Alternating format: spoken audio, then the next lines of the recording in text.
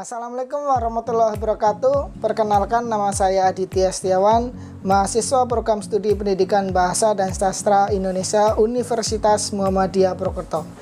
Kali ini izinkan saya untuk mempresentasikan hasil bacaan saya terkait buku inovasi pendidikan. Kali ini saya sudah menyiapkan sebuah makalah yang berjudul Generasi Inovasi. Yang pertama, saya akan membahas terlebih dahulu terkait latar belakang di dalam makalah. Salah satu potensi bagi sebuah negara yang menjadi armada untuk kemajuan adalah pemuda. Pemuda ini disebut sebagai generasi.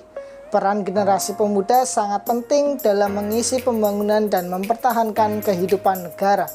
Di saat era globalisasi sekarang, generasi pemuda sangat berpengaruh terhadap negara, baik dalam lingkup pengetahuan, etika, dan perubahan status negara. Seorang generasi harus lebih kreatif, inovasi, dan memiliki kepercayaan yang besar dan energi dalam perubahan suatu sosial. Generasi yang kreatif akan melakukan pergerakan ketika kondisi atau suasana sekitarnya mengalami kesulitan atau terdapat banyak masalah yang tidak kunjung terselesaikan. Seperti yang ada contohkan oleh pendiri Facebook, Mark Zuckerberg. Awalnya dia membuat masyarakat dapat berkomunikasi di mana saja dan dimanapun. Dari keinginan tersebut, akhirnya Mark membuat Facebook. Mark ingin melihat masyarakat tidak kesulitan berkomunikasi dengan keluarga, kerabat, dan sahabat. Dari contoh tersebut, tentunya perlu inovasi dari generasi pemuda saat ini.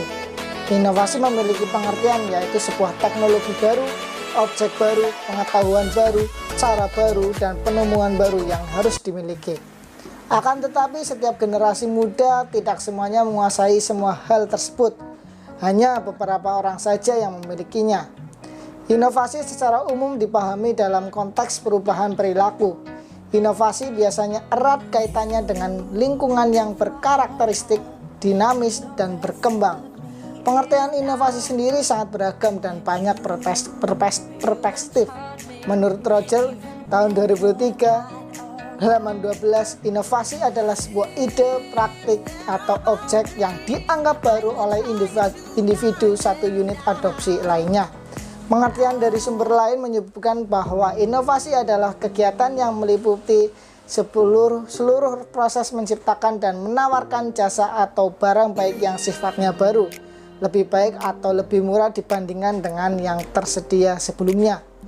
Inovasi merupakan cara baru menggantikan cara lama dalam mengerjakan atau memproduksi suatu hal. Namun demikian, inovasi mempunyai dimensi geosifik yang menempatkannya baru pada satu tempat. Namun boleh jadi merupakan sesuatu yang lama dan biasa terjadi di tempat lain. Kemudian setelah latar belakang, saya mendapatkan pokok masalah, yaitu yang pertama, proses hadirnya generasi inovasi. Inovasi merupakan sebuah penemuan baru. Penemuan adalah proses di mana ide baru ditemukan atau dibuat. Salah satu contoh inovasi pada bidang industri. Inovasi besar seringkali muncul dalam perkembangan dari industri. Menurut Mueller dan Tilton, tahun 1969, sebuah industri baru diciptakan oleh proses besar atau inovasi produk dan berkembang secara teknologi sebagai kurang radikal. Inovasi lanjutan diperkenalkan. Inovasi lahir di sektor publik yang memiliki kemampuan untuk menjangkaunya. Inovasi menjadi tidak memiliki arti apa-apa dan tidak membuat perbedaan apabila tidak dapat dimanfaatkan oleh publik secara luas.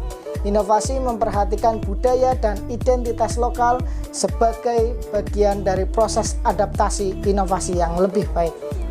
Yang kedua, pengembangan inovasi dalam fase difusi. Analisis yang lebih menyeluruh tentang bagaimana faktor-faktor status sosial ekonomi yang mempengaruhi setiap langkah dalam proses pengembangan inovasi, termasuk konsekuensi dari proses ini. Dan ini perlu untuk penelitian masa depan tentang sosial. Status konsekuensinya tidak boleh terbatas pada pertanian.